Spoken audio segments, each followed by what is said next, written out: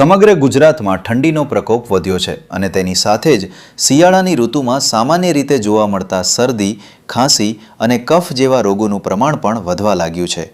આ બદલાતા હવામાન અને વાયરલ ઇન્ફેક્શનથી બચવા માટે કેવી કાળજી લેવી તે અંગે વડોદરા શહેરમાં આવેલ ગોત્રી હોસ્પિટલના સુપરિન્ટેન્ડન્ટ ડોક્ટર અનુપ ચંદાનીએ શહેરના નાગરિકોને કેટલીક મહત્વપૂર્ણ અને ઉપયોગી સલાહ આપી છે। Good morning, doctor Anup Chandani, superintendent GMRS hospital Gotri Vadodara.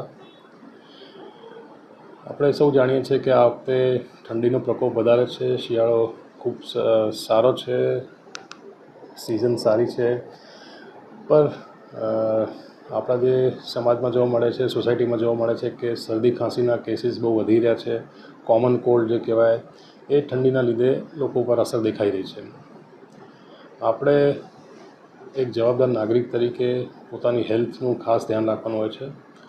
આવી સિઝનલ જે ચેન્જીસ આવતા હોય છે અને આ અત્યારે જેમ ગ્લોબલ વોર્મિંગને બધા ઇસ્યુઝ છે એના લીધે બધા ચેન્જીસ ખૂબ જ અનપ્રેડિક્ટેબલ છે। ગમે ત્યારે શરદી થઈ જાય, પાછું થોડી ગરમી આવી જાય અને આ જે ફ્લક્ચ્યુએશન્સ દેખાય છે વેધરમાં એના લીધે આપણે સૌને આ શરદી, રનિંગ નોઝ અને એ બધી તકલીફો રહે જ છે। ખાસ આપણે એનાથી બચવાનું છે, પોતાની જાતને સાચવીને રાખવાનો છે। ગરમ કપડાનો ઉપયોગ, આહારમાં ઠંડા પીણા, ઠંડા આઈસ્ક્રીમ કે બધાનું જે આપણે સેવન કરતા હોઈએ એના ઉપર બી કંટ્રોલ રાખવાનો છે। ખાસ કરીને આપણે જોઈએ છીએ કે આપણે મોસ્ટ ઓફ બધા માઉથ બ્રીધર હોઈએ છીએ। રાત્રે સૂતી વખતે આપણે મોઢેથી શ્વાસ લેતા હોઈએ છીએ। આવી ઠંડા વેધરમાં જ્યારે મોઢેથી શ્વાસ લઈએ તો આપણું ગળું સુકાઈ જતું હોય છે અને સવારે પછી ગળું પકડાઈ જતું હોય છે। તો ખાસ કરીને આવા માઉથ બ્રીધર પેશન્ટ્સને બી ખાસ ધ્યાન રાખવાનું કે થઈ શકે તો પોતાની ઊંઘવાની પોઝિશન સરખી રાખે તો માઉથ બ્રીધિંગ ના થાય। પાણી સાવ ઠંડુ ના પીએ, થોડું નવસેકું જેવું પાણી હોય, વોર્મ વોટર કહેવાય એવા પાણીનું સેવન રાખવાનું રાખે તો એનાથી બી ગળામાં મોઇશ્ચર રહેશે, ગળા પકડાવાની અને જે ડ્રાઇંગ થઈ જાય અને એના લીધે બધું કોમ્પ્લિકેશન થતા હોય એ બધા બી ના થાય। સિનિયર સિટીઝન્સ, એવા દર્દીઓ જેને બીજી બીમારીઓ છે જેમ કે ડાયાબિટીસ, બ્લડ પ્રેશર, થાઇરોઇડ, એવા બધા પેશન્ટ્સ માટે બી ખાસ સૂચના છે કે એ લોકો બી પોતાની જાતને વધારે સાવચેતીથી પોતાનું ધ્યાન રાખે।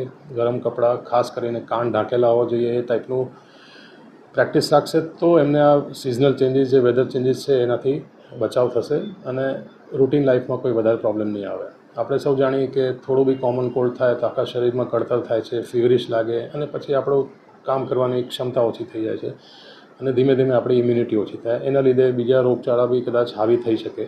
તો એ બધાનું ખાસ ધ્યાન રાખવા માટે આ બેઝિક વસ્તુઓ જો આપણે રાખીશું, પ્લસ કુદરતે જે સિઝનલ ફ્રૂટ્સ આપણને આપ્યા છે જેમ કે આમળા છે એનું સેવન, હળદર, લીલી હળદરનું સેવન, એ ટાઈપનું હોય ખોરાકમાં એનું ઇન્ક્લુડ કરવામાં આવે તો ડેફિનેટલી એને આપણે ઇમ્યુનિટીને બૂસ્ટ કરી શકાય છે।